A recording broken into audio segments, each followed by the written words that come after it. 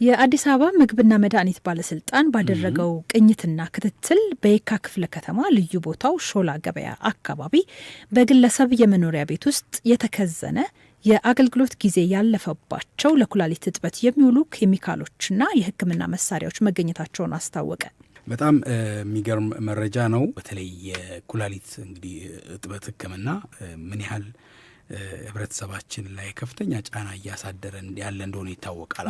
እንግዲህ ጉዳቱ በዚህ ህመም የሚጠቁ ወገኖቻችን እጅግ የሚሰቃዩበት ነው። በጣም ፔንፉል ከመሆኑም ባለፈ እንግዲህ አንድ ሰው የጤና ችግር ሲያጋጥመው የሚደርስበት ስቃይና መከራ ይታወቃል። ከዛ ባለፈ ይሄ ደግሞ በፋይናንሻል አቅምንም የገንዘብ አቅምንም አሟጦ የሚበላ አንድ ጊዜ ዲያሊሲስ ለመሰራት እንኳን ከፍተኛ ነው ወጪ። ሚኒመም እስከ 5,000 ብር የሚጠይቅበት ሁኔታ አለ። እንደ የጉዳቱ መጠን ደግሞ እንግዲህ በሳምንት እስከ 4 ድረስ የሚካሄድበት ሁኔታ ማጣራት ሂደት የሚያልፉ ህመምተኞች እንዳሉ ይታወቃልና እንግዲህ እንደ ሀገር ይህንን የሕክምና ሴክተር አንዱ ውድ አድርጎ ካደረገው ምክንያት ተብሎ የሚነሳው የግብአቱና የኬሚካሎቹ ዋጋ ውድነት እንደሆነ ይገለጻል። ልክ ነው። እንግዲህ ይሄ የኬሚካል ዋጋዎቹ ውድነት ወይም ደግሞ እጥረት እንዳለ እየታወቀ የመንግስት ሆስፒታሎች ላይ ሕክምናውንም በቀላል አነስ ባለ ዋጋ ለመስጠት ወይም በነጻ ለመስጠት ትልቅ ችግር ተደርጎ ይነሳ የነበረው ይሄ የግብአት እጥረት ነው። እንግዲህ እዚህ ጋር ደግሞ አሁን በዚህ ባነሳሹ መረጃ ደግሞ የምንመለከተው የአዲስ አበባ ምግብና መድኃኒት ቁጥጥር ባለስልጣን የወሰደው ነው። በዚህ መረጃ እንደምንመለከተው እጅግ ከፍተኛ የሆነ መጠን ያለው መድኃኒት ነው እንግዲህ አላግባብ ተከዝኖ የተገኘው። ክዘና ማለት በቃ በህገወጥ መልኩ ማከማችቶ መገኘት ማለት ነው።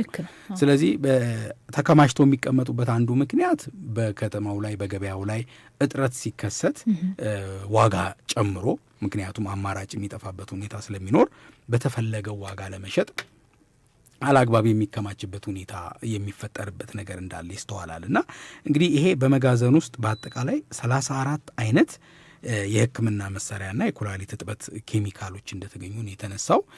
እንግዲህ እነዚህ መሳሪያዎቹም መድኃኒቶቹንም አይነት በዚህ ሴክተር በሕክምናው ዘርፍ ያለውን ክፍተት ያለውን ችግር እያስተዋልን ይህን ያህል ደግሞ በአንድ ቦታ አላግባብ ተከማችቶ ለብልሽት ሲዳረግ እንግዲህ 14 አይነት መድኃኒቶች ሙሉ በሙሉ ጊዜያቸው አልፎባቸዋል። ትክክል። እንግዲህ አንዴ ይኸውልሽ በጣም ራስን መውደድ ሰልፊሽ መሆን ይሄ ለወገን አለማሰብ ምን ያህል ርቀት እንደሚሄድ ለረጅም ጊዜ ከዝነው መያዝ ነገ ይጨምራል፣ ነገ ይወደዳል፣ ነገ ከሚገባው በላይ ዋጋ እሸጣለሁ ብሎ ማሰብ ወይ ታማሚው አልተጠቀመበትም ራሱ ደግሞ ይሄ አተርፋለሁ ብሎ ያሰበው አተርፍ ባያ ጉዳይ ሆኗል። ትክክል። ምክንያቱም እንግዲህ በክትትል ባይያዝ ኖሮ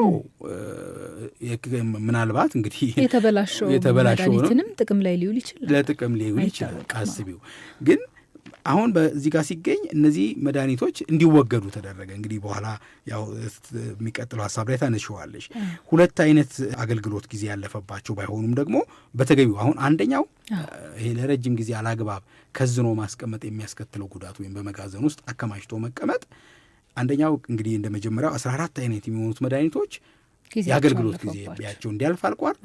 ቀሪ 2 አይነት መድኃኒቶች ደግሞ የአገልግሎት ጊዜያቸው ገና ቢሆንም ነገር ግን ከአቀማመጥ ከስቶር አደራረግ ፕሮፐር ባለመሆኑ ተገቢውን ስርዓት ተከትሎ ባለመከማቸታቸው የአገልግሎት ጊዜያቸውን ባያልቅ ለብልሽት ተዳርገዋል። ትክክል።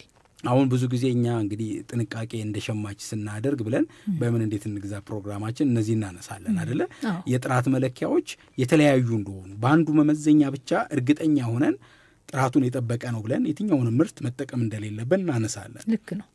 እንግዲህ አሁን በዚህ አውድ መሰረት እዚህ መድኃኒቶች ባይያዙ ኖሮ ሸልፍ ላይ ቢገኙ ጊዜያቸው ገና ነው ይታያል። ሲታይ ጊዜያቸው ተጠቃሚው ሊጠቀምበት ግልጋሎት ላይ ሊያውለው ይችላል። በትክክል እንዲህ ለሽያጭም ሲወስድ ለሐኪም ቤቶች፣ ለክሊኒኮቹ፣ ለሆስፒታሎቹ ይህንን የኩላሊት እጥበት ሕክምና ለሚሰጡትም ተቋማት ሲያሰራጨው የሚያዩት ኤክስፓየር ዴት ነው፣ ጥቅም ላይ ሊውል ይችላል። ስለዚህ ምን ያህል ለአደጋ የሚያጋለጥበት ሁኔታ እንዳለ የሚያመላክት ነው። የሚገርም ልክ ነው ዳንኤል። የሚገርም ደግሞ ቀላል ገንዘብ አይደለም እነዚህ የወጣባቸው። እንግዲህ በአጠቃላይ የተወገዱት ምርቶች ግምታዊ ዋጋቸውን ስንመለከት 8,664,490 ብር ሲሆኑ ጊዜያቸው ያለፈባቸው 14 አይነት የኩላሊት እጥበት ኬሚካሎች ወደ 8,616,495 ብር፣ በአጠቃቀም ጉድለት ምክንያት ደግሞ ለአገልግሎት የማይውሉት 2 አይነት ኬሚካሎች 49,000 ግምታዊ ዋጋ እንዳላቸው ተገልጿል። አዎ እንግዲህ ያየሽ ይሄ ሀብት በነገራችን ላይ ይሄ የተያዘው ግለሰብ ወይም ድርጅት ሀብት ብቻ ተደርጎ የሚወሰድ አይደለም። ይሄ ሀብት የሀገር ሀብት ነው። ይሄ ሀብት የህብረተሰቡ የዜጎች ሀብት ነው። አንድ ገንዘብ በእጃችን ስላለ የኔ ነው ብለን እንደፈለግን የምናባክነው ነገር ሊሆን አይገባም አይደል? በብር 8,615,495 ብር ማለት እንግዲህ እነዚህ መድኃኒቶች ከውጭ ሲገቡ በውጭ ምንዛሪ ተመንዝረው ነው የገቡት። ምን ያህል ኪሳራ አይሹ በትውልድ ላይ በሀገር ላይ በራሱ ደግሞ በዚህ ተገቢ ተግባር ባልፈጸመው አካል ላይ የሚያሳድረው ጉዳት የሚጠቀስ ነው። ከዛም ባለፈ ደግሞ ይሄ ከአቀማመጥ ጋር ተያይዞ ይሄ በተለይ ደግሞ ለሁሉ ምክር የሚሆን ነው ማለት እንደዚህ ባላግባብ በስግብግብነት ወይም ደግሞ የተለየ ትርፍ ፍለጋ ከዝነው ወይም ደግሞ አላግባብ አከማችተው የሚያስቀምጡን ብቻ ሳይሆኑ የትኛውም የሕክምና መድኃኒት ብቻ ሳይሆን ምግብ ላይ የሚውሉ ነገር ምርቶችን ሁሉ ስቶር በሚደረጉበት ጊዜ በመጋዘን በሚቀመጡበት ጊዜ ትክክለኛው የመጋዘን አያያዝ ስርዓትን መከተል ያስፈልጋል። የጥራት አያያዝ ስርዓት አለው። በአግባቡ ካልተከማቸ መድኃኒቶች ከሆኑ ለምሳሌ የመጋዘኑ ወይም የማከማቻ ክፍሉ የሙቀት ቴምፕሬቸሩ ከግምት ውስጥ ሊገባ ይችላል። የሚቀመጡባቸው ሸልፎች አይነትና የተሰሩበት ማቴሪያል ግምት ውስጥ ሊገባ ይገባል። ይሄ ሁሉ ባለመሆኑ ነው እንግዲህ ይሄ ሁሉ የሀገር ሀብት እየባከነ ያለው ማለት ነው። ልክ ነው ዳንኤል። እንግዲህ ከዚህ በተጨማሪም በምርቶቹ ላይ በተደረገው የአገልግሎት ጊዜ ምርመራ ከ2021 እስከ 2026 ድረስ ቀናትን ያሳየና የአገልግሎት ጊዜ ካለፈባቸው ረጅም ዓመታት ያስቆጠሩ መሆናቸው ተገልጿል። በተወሰደው እርምጃም የተገኙት ምርቶች እንዲወገዱ የተደረገ ሲሆን ከግኝቱ ጋር ተያያዥነት የነበረው ክሊኒክም አገልግሎት እንዳይሰጥ መደረጉን ኃላፊው አክለው ገልጸዋል። የየካ ቅርንጫፍ ጽሕፈት ቤት ዋና ስራ አስኪያጅ አቶ ፋንታውን ታደሰ ባለስልጣኑ ባደረገው ቅኝትና ክትትል ኃላፊነት የጎደለው የጤና ግብዓት ክምችት ሊያስከትለው ከሚችል የጤና ስጋት ቀድሞ መከላከል የተቻለ መሆኑን ገልጸው ህገወጥ እንቅስቃሴዎችን ደግሞ ለመከላከል ህብረተሰቡ ተባባሪ በመሆን ጥቆማ እንዲሰጥና ከጤና ቁጥጥር አካላት ጎን በመቆም በጋራ እንዲሰራ ጥሪያቸውን አቅርበዋል። ህብረተሰቡ በተለይ እንግዲህ ይሄ ለዚህ ነው እኛ ጥራት የሁላችንም ኃላፊነት ነው የምንለው። ጥራትን በማስከበር ወይም ደግሞ ክፍተቶችን በማስወገድ ረገድ እንግዲህ ተቆጣጣሪ ባለስልጣናት እዚህ ላይ እንደዚህ ዘገባ መሰረት እንግዲህ ከተማው የምግብና መድኃኒት ባለስልጣን ይህንን ክትትል አድርጎ እርምጃ መውሰዱ የሚያስመሰግነው ነው። ነገር ግን ባለስልጣናቱ ደግሞ የማይደርሱበት የማይመለከቷቸው ብዙ ነገሮች ይኖራሉ። አሁን ይሄ መድኃኒት በዚህ ልክ ተከማችቶ ውድመት ሲዳረግ እንግዲህ መጋዘኑ በሚገኝበት አካባቢ ያለ የህብረተሰብ ክፍል አለ ምልከታ አድርጎ ጥቆማ መስጠት የሚችልበት። እነሱ እንኳን ባይችሉ በተቋም ውስጥ የሚሰሩ ባለሙያዎች አንዳንድ ጊዜ ለደሞዝ ብቻም ብለን አይደለም ኃላፊነትን ወስደን መስራት ያለብን አይደለ? የምናያቸው ነገሮች አልፈው ሌላው ዜጋ ላይ ህብረተሰብ ላይ ጉዳት ጤና ላይ ጉዳት የሚያስከትሉ መሆኑን ካወቅን ለህሊና መገዛት ያስፈልጋል፣ ጥቆማ መስጠት ያስፈልጋል። እና ጥራት የሁላችንም ኃላፊነት ነው የምንለው ለዛ ነው። በትክክል ዳንኤል።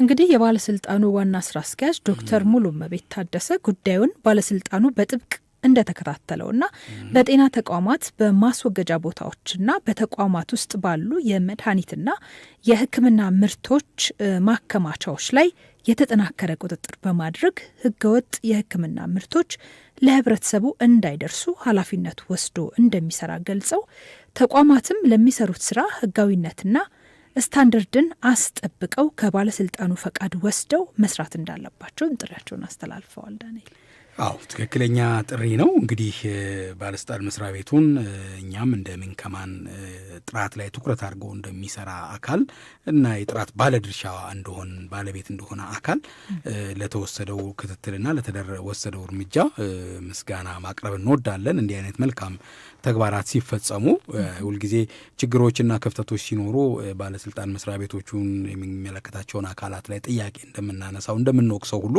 እንዲህ አይነት ስኬታማ ተግባር ደግሞ ተከናውኖ ሲታይም ማመስገን ያስፈልጋልና እጅግ አድርገው ምስጋና ሊደርሳቸው ይገባል።